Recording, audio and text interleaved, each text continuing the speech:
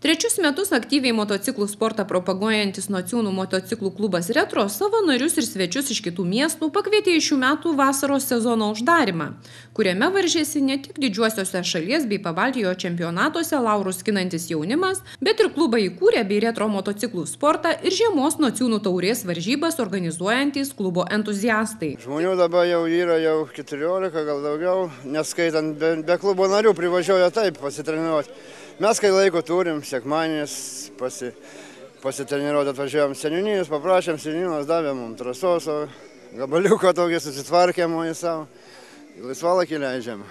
Patiem įdomu, jaunimui užimtumas, o trasa yra, atvažiuoja savo, pavažinėja, kojam po parduotuvės kažkur tai su kokiais keturračiais motociklais ten birbinti. Atvažiuoja į trasą, o važinėja savo. Į treniruotės ir varžybas išvažiuoja paskui, turi kažkur prasineruoti. Vienas jaunuolis yra iš vis 14-15 metų jam turbūt dabar. Irgi važiuojame, mes važinėjame į retro varžybas, mes rusiškai motociklai čia vorai sukūrė, mes įsirašėm į tą klubą, į tas įsirėlėm taip. Patinka dabar važinėti, kodėl, pažiūrėkite, susirenka liaudis, padarom tokią treniruotės, atvažiuoja ir žmonės pasižiūrėti.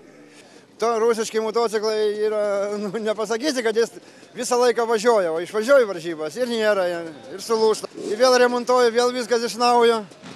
Ir patys važiuojam, dar nors jau mes seniai, jau galėtume nevažiuoti, bet ką darysi, paėmė įvažiuoja darys. Prizų medalių jau kokių turit? Turim, į Dabavą turim, šiokių tokių medalių padalinsim. Buvom į Latviją išvažiavę, čia kiti buvo į Estiją, jeigu viskas į pinigus remiasi čia mums. Jeigu rėmėjai atsiranda, kokiu tai pavažiuoja toliau. Buvom į Latviją, yra. Yra ūkininkai padeda, o dabar Daumantų vadas biški padėjo. Kažką tai reikia sureguliuoti. Nociūnų retro motociklų klubo senbuvis Saulius Jonikas minėjo, kad į treniruotes renkasi šio sporto mėgėjai nuo 13 iki 50 metų.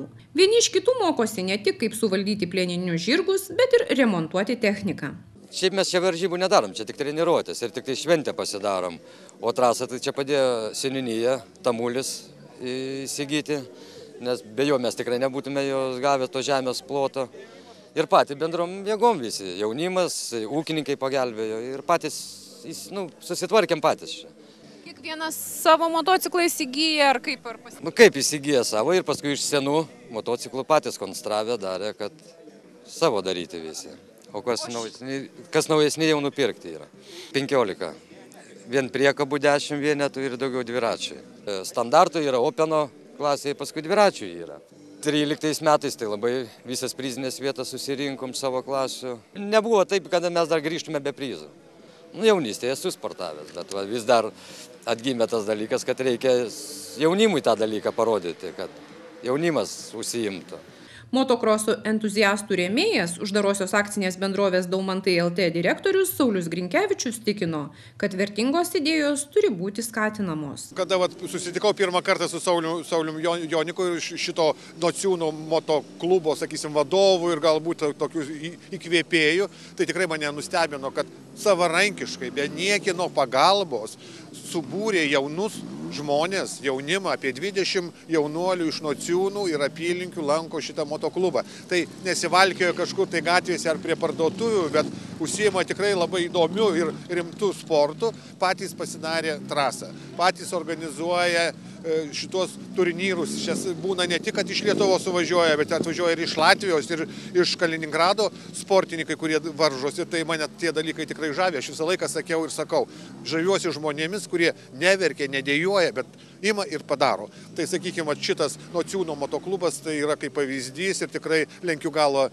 prieš Saulių, kad jisai sugebėjo iš nieko padaryti visiškai šaunų, sakysim, tokį projektą turbūt. Ir kada kreipėsi į mane, kad sako, nieks sako, neremia, iš tikrųjų sunkokai ir finansiškai, tai aš net nebejodamas. Paskui tikrai sakau, visą laiką, kiek galėsim, mes prisidėsim prie jūsų ir varžybų organizavimo, padėsim ir, jeigu reikės, sakysim, technikos kažkokios, tai, sakysim, detalėm įsigyti ar ką, nes, tai yra nuostabus darbas. Tai čia reikia tik tai dėkoti, kad Kėdainių rajone yra tokių žmonių. Ir kad jų kuo daugiau būtų, tai mes visi gyventumėm kur kas geriau.